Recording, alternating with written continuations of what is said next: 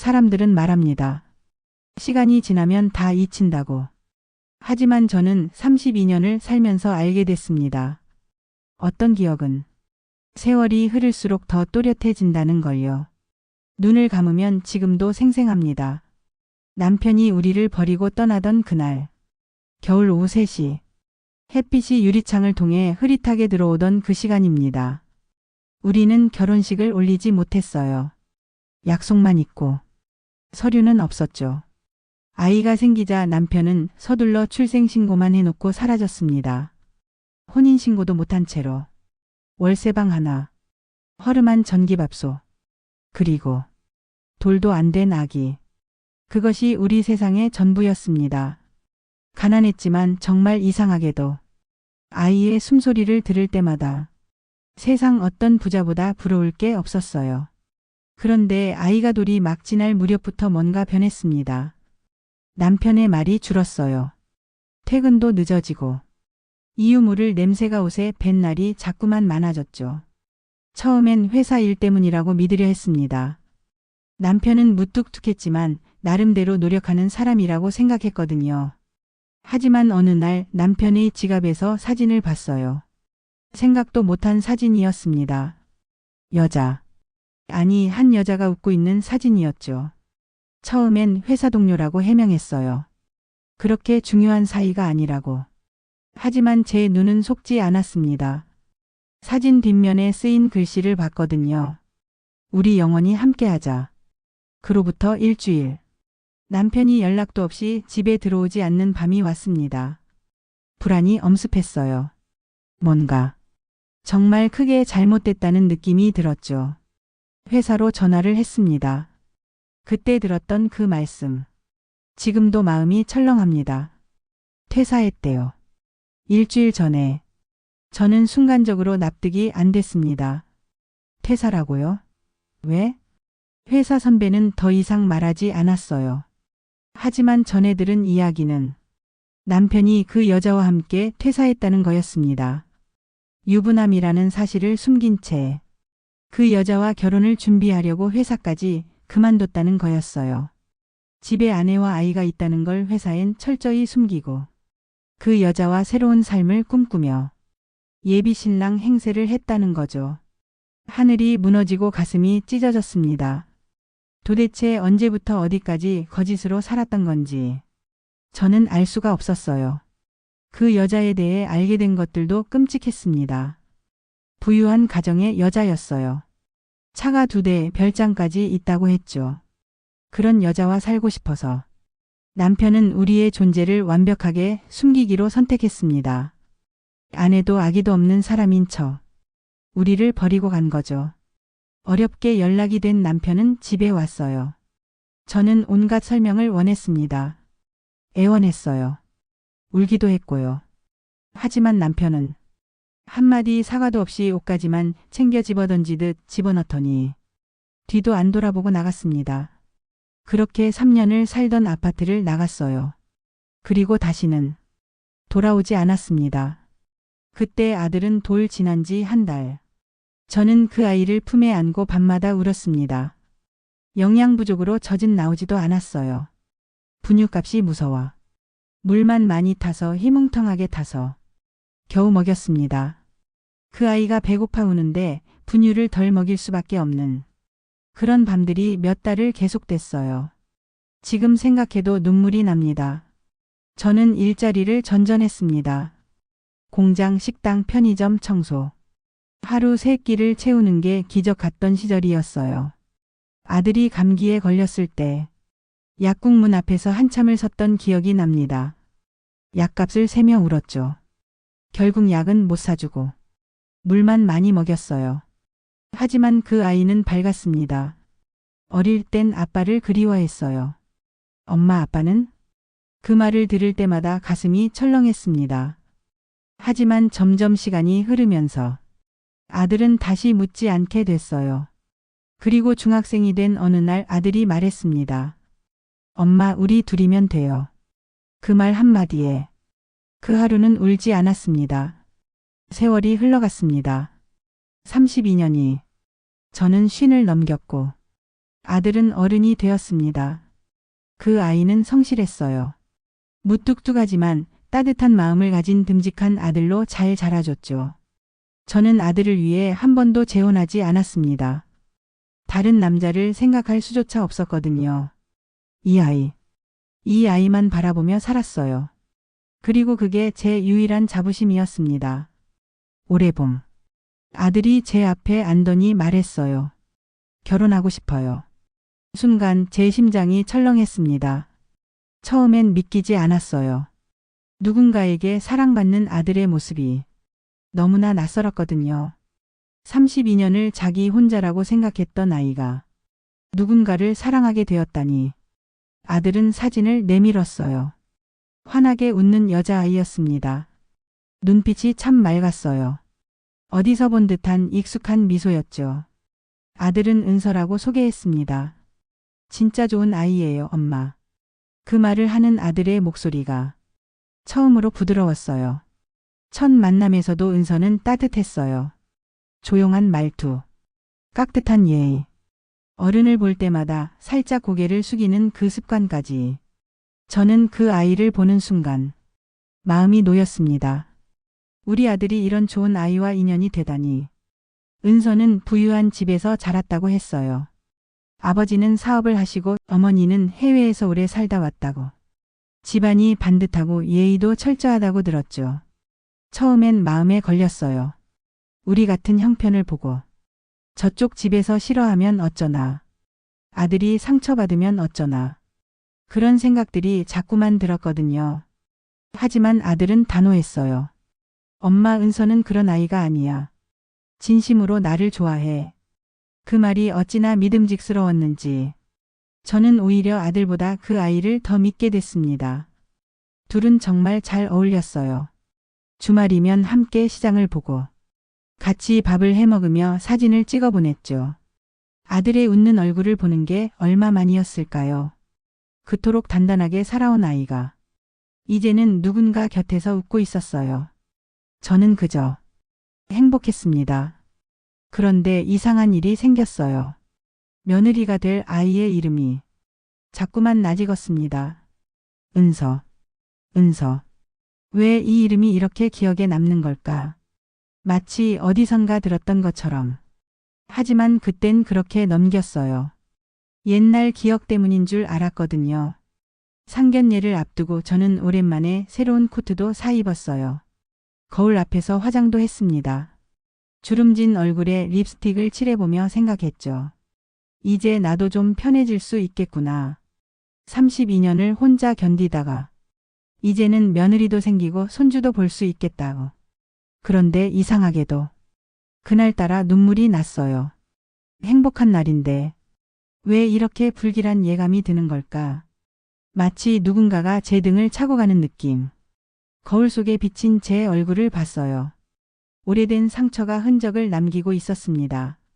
32년 전 그 상처가 이렇게까지 선명할 수가 있을까요? 그날은 제 인생에서 가장 길었던 하루였습니다. 상견례 자리. 아들이 정장을 차려입고 저에게 물었죠.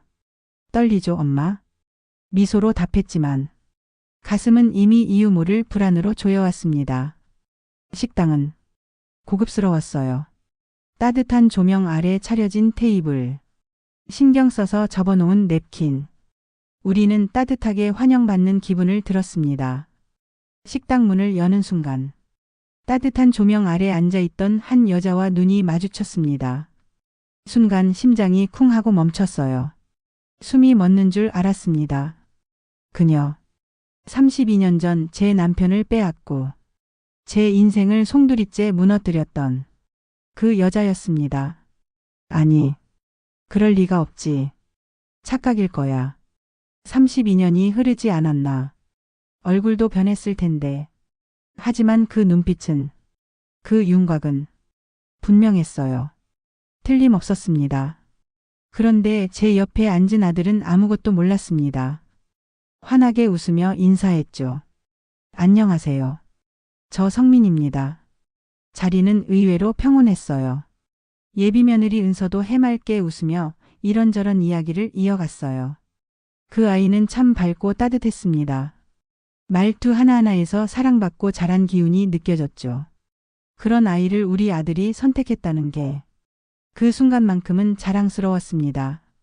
그리고 그 여자의 남편, 즉 제 전 남편이 앉아 있었습니다. 손이 덜덜 떨렸습니다.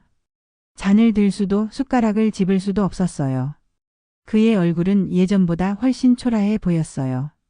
살이 빠지고 눈가엔 깊은 주름이 패여 있었죠.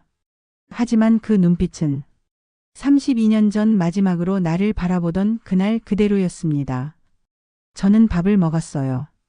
그 여자를 보지 않으려고 애썼습니다. 전 남편도 마찬가지로. 하지만 제 눈은 자꾸만 그들에게 가 있었어요. 식사 도중 속이 불편해졌습니다. 더 이상 참을 수 없었어요. 저는 자리에서 일어났습니다. 화장실을 다녀오겠습니다. 하고 겨우 말을 하고는 문을 열고 나갔습니다. 식당 복도 끝 화장실 입구 근처. 저는 어지러워 벽에 기대 섰습니다. 그때 누군가 제 팔을 당겨 화장실 구석으로 끌고 갔어요. 그 남자였죠. 그의 목소리는 거의 속삭임이었어요. 제발 아무 말도 하지 마. 그 음성이 떨리고 있었습니다. 은서 엄마에게만은 이 모든 걸 들킬 수 없어. 그 여자가 알면 끝이야. 모든 게 끝나버려. 그리고 전 남편이 던진 다음 말. 제 전 인생을 한순간에 무너뜨렸습니다. 은서. 그 애는 내 딸이야. 가슴이 철렁했어요. 은서 엄마와 나 사이에서 낳은 딸. 그 말의 의미가 천천히 드러났습니다. 우리 아들과 은서가 같은 아버지를. 그 순간 화장실 문이 열렸어요. 은서의 엄마. 그 여자였습니다. 그녀는 모두를 들었던 겁니다. 그 여자의 얼굴이 창백해졌어요. 한순간에 핏기가 빠진 표정이었죠. 마치 귀신처럼. 아니, 더 처참하게. 그 여자의 목소리는 차갑고 떨렸습니다. 당신은 무슨 소리 하는 거야? 누가? 아들이라고? 다른 여자 사이에서 낳은 아들이 있었다고? 전 남편은 입을 열 수 없었습니다. 그의 얼굴이 완전히 망가졌어요. 그 순간 모든 것이 무너졌습니다. 그 여자 뒤에는 우리 아들도 있었어요. 은서도 서 있었습니다. 이 아이들은 멍하니 우리를 바라보고 있었습니다. 화장실 입구에서 얼굴이 완전히 창백한 채로 우리는 조용히 룸으로 돌아왔습니다. 하지만 공기가 완전히 달라졌어요. 모두의 얼굴이 창백했습니다. 그 여자는 억지로 미소를 지으며 말했어요. 이제 가봐야겠어요. 피곤하네요. 그녀의 손이 떨리고 있었습니다. 테이블 위에서 잔이 흔들릴 정도로. 그녀는 일어나 전 남편을 봤어요. 그 눈빛엔 절망과 분노가 가득했습니다. 당신, 나중에 얘기하자. 그녀의 목소리는 얼어붙어 있었습니다. 우리 아들도 은서도 마찬가지로 얼어붙어 있었습니다. 더 이상 아무도 어떤 말도 하지 않았습니다. 차라리 그렇게 침묵이 났다는 듯이.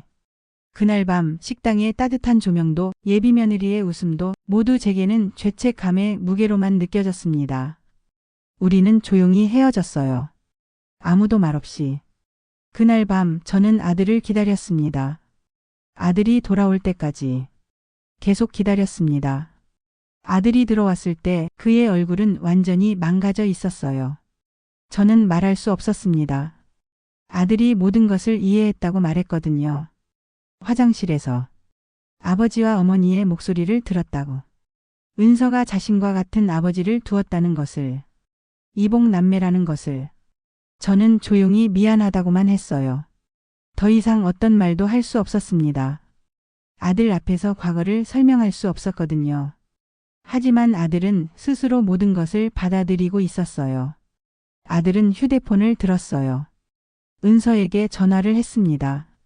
수화기 너머에서 들려오는 은서의 목소리는 완전히 부서져 있었습니다. 오빠. 라고 떨리는 목소리로 부르는 그 한마디에 온 세상이 울고 있었어요.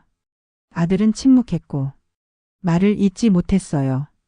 세상이 멈춘 듯 시간은 더디게 흘러갔어요. 아들은 천천히 은서와 모든 추억을 정리하며 관계를 마무리했어요. 아버지가 같은 형제라는 사실은 그들에게 큰 상처가 되었어요. 더 이상 서로를 본다는 건 아파하는 것일 뿐이었거든요. 그들은 아무 말도 나누지 않기로 했습니다. 아무도 안녕이라 말하지 않았어요. 그냥 조용히. 며칠 후 아들에게 인사 발령이 났습니다. 지방의 작은 도시로요. 그리고 그 무렵 은서도 짐을 챙겨 떠난다고 했어요. 호주로. 새로운 시작을 하려고. 그들은 마주보지 않았습니다. 공항도 기차역도 아닌 다른 곳에서. 그냥 각자의 길로 떠나갔어요. 아들이 떠난 지 2주일 후 누군가 제 집 문을 두드렸습니다. 그것은 은서의 엄마였어요. 그 여자의 얼굴은 완전히 부어 있었어요. 몇 주일을 울었다는 게 느껴졌습니다. 그 여자는 천천히 말했습니다. 내가 몰랐던 진실들을 모두 듣고 난 후의 심정을. 남편이 숨겨왔던 과거와 내가 키워온 딸의 아버지에 대해. 32년을 혼자 견디신 당신. 정말 미안합니다. 그 여자가 조용히 말했어요. 그 여자의 목소리는 울음 속에 있었어요. 제가 몰랐지만 정말 미안했어요. 그 여자는 울면서 말했어요. 저는 그 여자를 안았습니다. 우리는 함께 울었어요. 32년의 시간과 그것이 낳은 모든 파편들을 함께 느끼는 시간이었습니다. 그 여자가 조용히 물었어요. 성민이는 잘 지내는지. 그 여자는 은서 엄마이지만 우리 아들도 걱정하고 있었어요. 아이들에게 이제는 아무것도 해줄 수 없다고. 아이가 선택한 길을 존중하는 것이 엄마로서의 마지막 책임이라고 말했어요. 그 여자는 조용히 덧붙였어요. 그들이 행복해지면 좋겠어요. 비록 함께가 아니더라도 새로운 곳에서 새로운 사람으로 살아갈 수 있으면 좋겠다는. 그렇게 그 여자는 말을 마무리했어요. 그 여자는 또한 말했어요. 남편과는 정리하고 헤어졌다고. 그 여자는 오래 머물지 않았습니다. 그냥 미안하다는 말만 남기고 떠났어요. 하지만 그 말 한마디가 32년의 고통을 조금이나마 덜어줬습니다. 전 남편은 요양원에 들어갔습니다. 건강이 나빠졌거든요. 그리고 아내와도 결국 이혼했습니다. 자신의 거짓이 만들어낸 모든 것들을 잃었어요. 아내도, 딸도, 찾는 사람이 없는 곳에서 혼자 시간을 보내고 있습니다. 저는 가끔 그곳을 찾아 먼 발치서 보곤 합니다. 비록 말은 나누지 않았지만 그 사람이 지난 날을 반성하고 사죄하는 마음으로 살아가길 바랬어요. 어느 날 간호사가 제게 말했어요. 아무도 찾지 않아 환자분이 많이 외로워한다고요. 저는 대답하지 않았습니다. 말해줄 수 없었거든요. 결국 진실은 모두를 산산이 벗어났습니다. 전 남편은 요양원에서 혼자예요. 아내와도 헤어졌고 딸도 먼 곳으로 떠났으니까요. 우리 아들도 은서도 각자의 길에서 새로운 삶을 살고 있습니다.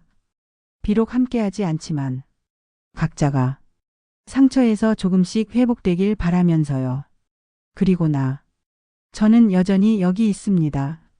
32년을 혼자 버틴 것처럼 이제도 혼자입니다. 우리는 모두 불완전한 선택을 했어요. 전 남편은 과거를 숨기기로 선택했고 저는 그것을 드러내기로 선택했고 은서 엄마는 남편을 버리기로 선택했고 아들과 은서는 서로를 놓기로 선택했습니다. 그 모든 선택이 누군가에게는 상처가 되고 누군가에게는 필연이 되고 누군가에게는 구원이 되었어요. 상견례 그날 제 세상이 멈췄다고 생각했습니다. 하지만 사실은 그것이 우리 모두의 세상을 다르게 만드는 시작이었어요. 불행하게, 현실적으로, 그리고 돌이킬 수 없게. 지금 저는 이 이야기를 합니다. 32년을 혼자 짊어진 비밀을, 그리고 그 진실이 낳은 모든 것들을. 우리는 모두 불완전합니다. 우리의 선택도, 우리의 사랑도, 그리고 우리의 삶도. 그저 최선을 다했을 뿐입니다. 불완전하게. 그리고 애타게. 우리는 여전히 살아가고 있습니다. 각자의 길에서 각자의 상처를 안고. 제 긴 얘기 관심 갖고 들어주셔서 감사합니다.